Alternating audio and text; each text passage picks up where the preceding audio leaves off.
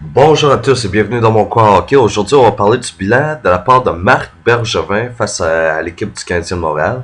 Le Canadien de Montréal qui a connu toute une saison, terminant deuxième durant la saison régulière et se rendant en deuxième ronde pour les séries éliminatoires. Quel bilan que l'on trace suite à la performance des Canadiens en saison et en série. Le Canadien qui était dans une période de transition, c'est ce que Marc Bergevin disait cette année, c'était une période de transition. Pardon, je suis en train de tourner ma voix.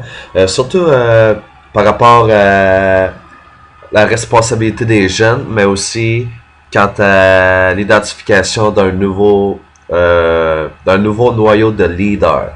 Cette année, il n'y a pas eu de capitaine, comme on sait depuis le départ de Brian Giunta. Il y a eu une rotation entre quatre joueurs pour le partage du A sur le chandail. Markov, ça a été un A à temps plein. Mais je regarde par exemple Subban, Pacioretty qui se sont partagés le A. Il y a Plekanec qui a porté le A aussi. Plusieurs personnes se posent la question qui va être le capitaine. Ça, c'est une décision qui va se décider par la direction du Canadien de Montréal. Il n'y aura pas de vote parmi les joueurs. Dans certains cas, ça peut se faire, mais je peux voir que dans la direction que Marc Bergevin veut suivre, c'est qu'on va s'organiser. On va y aller dans la direction que l'on voit que l'on veut suivre. Voilà, c'est ce que je voulais dire. Et qu'est-ce qui va répondre le mieux aux attentes de l'organisation? C'est ce que Bergevin et son groupe vont tenter de faire l'analyse et de trouver la solution. On a parlé de Alex Galchenyuk, comment est-ce qu'il a évolué. Galchenyuk, il y a beaucoup de pression parce que les Canadiens, les fans, les médias, on s'attend à voir plus et plus et plus. D'une certaine manière, il y a une certaine pression qu'on exerce, mais Galchenyuk a eu une bonne saison. Il a marqué une cinquantaine de points. Il a franchi le cap des 20 buts. Puis c'est le meilleur pointeur de sa QV. Si on passe il y a quelques années, quand Galchenyuk a été repêché. Je pense que ça fait 3 ans maintenant. Ouais, parce que signer son premier contrat, puis un contrat, c'est 3 ans. Il est meilleur que Yakupov, puis il est meilleur que n'importe qui d'autre qui a été repêché à ce moment-là. C'est très bien pour l'organisation du Canadien de Montréal. On a vu jusqu'à présent avec l'acquisition de Galchenyuk durant le repêchage. Quel rôle qu'on s'attend de voir de la part de Galchenyuk? On a posé la question, est-ce qu'il va être établi comme joueur de centre? Est-ce qu'il va rester à l'aile? Puis Bergevin a dit, au moment présent, Galchenyuk, c'est pas un joueur de centre, c'est un allié. Pour le futur, il reste à voir comment est-ce que Galchenyuk va progresser. Seul Galchenyuk a la réponse à cette question, puis ça va se décider par la manière dont il va performer.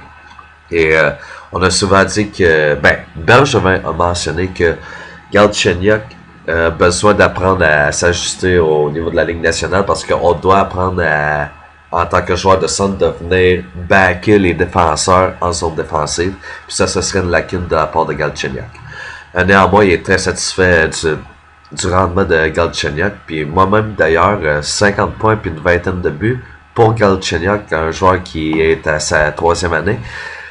Je vois une certaine ressemblance entre Galchenyuk et Pacioretty en termes de performance, de temps d'utilisation et de progression. Pacioretty a mis beaucoup de temps avant de percer dans l'organisation du Canadien. Puis je me rappelle que Guy Carbonneau et Patch avaient de la difficulté à s'entendre. Carbonneau qui voulait faire plus de place aux vétérans et Pacioretty qui était souvent laissé de côté, mis à Hamilton, donc il jouait sur le 3e ou 4e trio. Néanmoins, on a aussi vu de bonnes améliorations de la part des défenseurs, puis ici on a le nom de Nathan Beaulieu, ça c'est un joueur qui commence à prendre sa place. Cependant, on a questionné au sujet de Jared Tinordi, est-ce qu'il est encore dans les plans de l'équipe? Bergevin a dit oui. Tinordi est encore dans les plans de l'équipe, inquiétez-vous pas pour lui. Il a pas fait un pas en arrière, mais c'est comme il a fait du surplace, ou ben des légers pas en avant. Pour Tinordi, il faut s'attendre à ce qu'il mette plus de temps. C'est un joueur qui est gros, qui va être physique, mais c'est justement ça, c'est un défenseur, il va mettre plus de temps à progresser. D'autre part, on avait mentionné Carey Price, excellent travail, Subban, il a fait la job, etc. Il y a une personne de la part des médias, puis lui c'est un... Oh boy, c'est C'est tout un goof, comme je dirais. Le gars a mentionné, je sais pas, d'après moi, il a voulu partir une question d'intérêt ou quoi que ce soit, mais il a mentionné le nom de Mike Babcock. Est-ce que le Canadien serait intéressé à Mike Babcock? Puis est-ce que le Canadien pourrait se tourner vers lui, puisque c'est quoi, Michel Therrien, ça serait pas rendu là où il aurait dû se rendre, puis que peut-être qu'il était pas un si bon coach que ça, blablabla. En tout cas, il a parti une grosse affaire. Bergevin, il regarde le gars des médias, parce que c'était un gars, puis c'était juste une personne. Il le regarde, puis après, il regarde tout le monde dans la salle, puis il pose la question, est-ce que j'ai dit quoi que ce soit de mal au sujet de Michel Therrien? Puis la salle était silencieuse, c'était drôle à ce point-là. Fait que là, Benjamin il se tourne vers le gars et il dit, regarde, je sais pas, tu prends tes sources là, mais Michel Therrien a fait une très bonne job. Il est hors de question que je renvoie qui que ce soit du personnel d'entraîneur. J'ai aucune raison pour faire un changement. S'il y a un changement, il va falloir que ce soit une situation vraiment hors naturelle. Qu'est-ce que je raconte là? Une situation vraiment spéciale parce que Bergevin et son équipe ont fait un excellent travail. En saison régulière, ils ont emmené la formation à terminer deuxième en saison régulière. En série, depuis qu'ils sont en poste, le Canadien, je pense, sont troisième ou deuxième pour le nombre de matchs disputés, pour le nombre de tours joués, pour le nombre de victoires jouées. Donc, seuls les Rangers et Blackhawks, c'était ça, les Rangers et les Blackhawks, ou s'il y avait les Kings aussi. Mais il y a seulement 2 ou 3 équipes qui ont mieux fait que les Canadiens jusqu'à présent depuis que Therrien et Bergevin sont en poste. Donc, Mike Babcock, on peut dire officiellement, il ne sera pas avec le Canadien de Montréal, ça c'est sûr et certain. Le goofball, Bergevin il a demandé, où c'est que tu as pris tes sources? Il y a eu un silence, une hésitation pendant quelques secondes. Fait que tu pouvais dire que le gars c'était juste son opinion, mais là c'était quelqu'un qui passait le mot. Puis après il a dit j'ai pris ça de la radio. Puis c'était très très ambigu de la manière qu'il a dit ça. Fait que j'avais l'impression que il essayait juste de penser à quelque chose. Fait que j'ai trouvé que c'était un peu comment je dirais ça? C'était pas professionnel. Ça avait vraiment pas l'air professionnel, puis ça avait vraiment l'air d'un gars qui savait pas de quoi il parlait.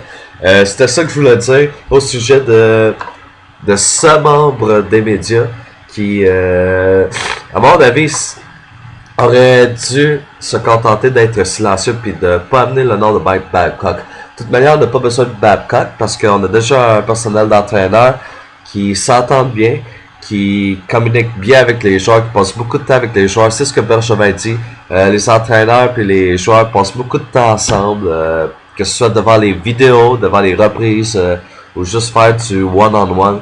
Il y a beaucoup d'enfance mise sur la communication. Donc, bon travail pour le personnel d'entraîneur. Et hors de question qu'on fasse du changement, à moins qu'il y ait un élément hors de contrôle qui s'amène et qui force la main à Bergevin. Sinon, je pense que c'est juste de dire que le personnel l'an prochain va être le même personnel que cette année. Pour ce qui est des joueurs, il y a 3 joueurs que on a confirmé qui ne reviendront pas. Ça va être ici. Il y a Manny Malhotra qui a raté, je pense c'est c'est quoi? Je pense qu'il a manqué les 30 derniers matchs. Sergei Gonchar, un vétéran défenseur, ne sera pas de retour. Mike Weaver, un autre vétéran défenseur, ne sera pas de retour.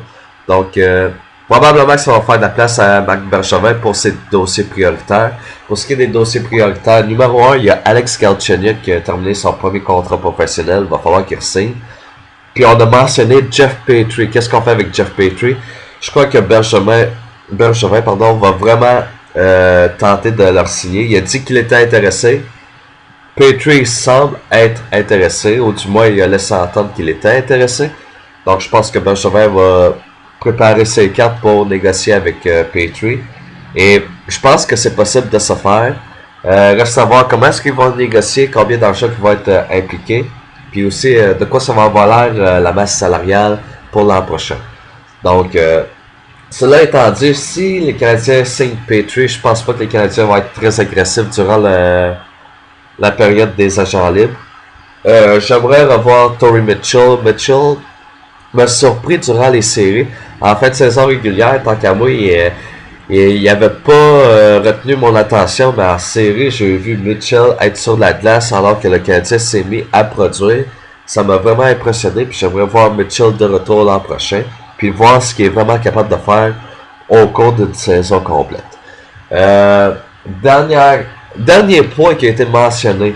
Le Canadien de Montréal est une équipe qui se concentre sur l'aspect défensif, mais on a vu que le Canadien a besoin de beaucoup plus de punch à l'attaque. Bergevin a dit, regarde là, je m'excuse, mais on aimerait ça avoir des marqueurs de 20-30 buts, mais où c'est qu'on les trouve, les marqueurs sont pas disponibles. Donc ça va être très difficile de trouver quelqu'un. Et donc, Bergevin a mis l'enfant sur la meilleure stratégie qui est de développer au sein de l'organisation même. Bergevin a dit qu'il y a beaucoup d'espoir pour Nikita Sherbak. Il y a également des joueurs dans la Ligue américaine, comme par exemple Andrew Ghetto ou non, Jacob Delarose. C'est ça, Delarose, ouais. Jacob Delarose puis Andrew Ghetto qui pourraient percer dans la Ligue nationale et possiblement devenir des joueurs qui vont pouvoir jouer un rôle dans le top 6, sinon dans le top 9 de l'équipe. Je l'espère bien. Il y a Brendan Gallagher aussi qui a bien développé, qui progresse bien. Il y a même quelqu'un qui a demandé, hey Gallagher, vas-tu pouvoir porter une lettre? Bergevin a dit, s'il continue à bien performer, c'est pas hors de question. Mais cependant, les marqueurs de 20-30 buts, c'est très difficile à acquérir. Puis le meilleur moyen de pouvoir développer des joueurs, c'est au sein même de l'organisation, que ce soit dans les rangs mineurs ou dans le junior majeur. Néanmoins, Canadien, bonne performance sur la saison, en grande partie à cause de Carey Price. Carey Price a 27 ans, qui est capable de bien performer. Même chose pour Subban, Pacioretty et compagnie. On a une équipe qui est jeune, qui est capable de performer. On a des jeunes joueurs qui vont commencer à se développer. Donc, c'est ça, c'est le bilan de saison du Canadien. Très satisfait de la performance durant la saison régulière. Un peu déçu de la manière dont le Canadien a terminé en série. On s'attendait à plus. On croit qu'on est capable de mieux faire. Et Bergevin qui a dit que le Canadien, en réalité, c'est une équipe qui est comparable au Lightning ou même aux Rangers. Malheureusement, le vent a tourné en faveur du Lightning. Et c'est ce qui explique un peu pourquoi le Canadien n'a pas été capable de gagner. Les poteaux, surtout, le Canadien qui n'arrêtait pas de toucher les poteaux. Thomas Plekanec qui a eu une bonne opportunité de marquer très récemment. Carey Price qui a bien performé. Donc le Canadien est capable de pousser plus que ça. Il faut juste y croire. Il faut juste démontrer qu'on a plus d'énergie, plus de volonté. Puis c'est ça qui est important pour le Canadien de Montréal. Qu'est-ce que vous en faites du bilan du Canadien de Montréal? Laissez-moi des commentaires et on s'en reparle un peu plus tard.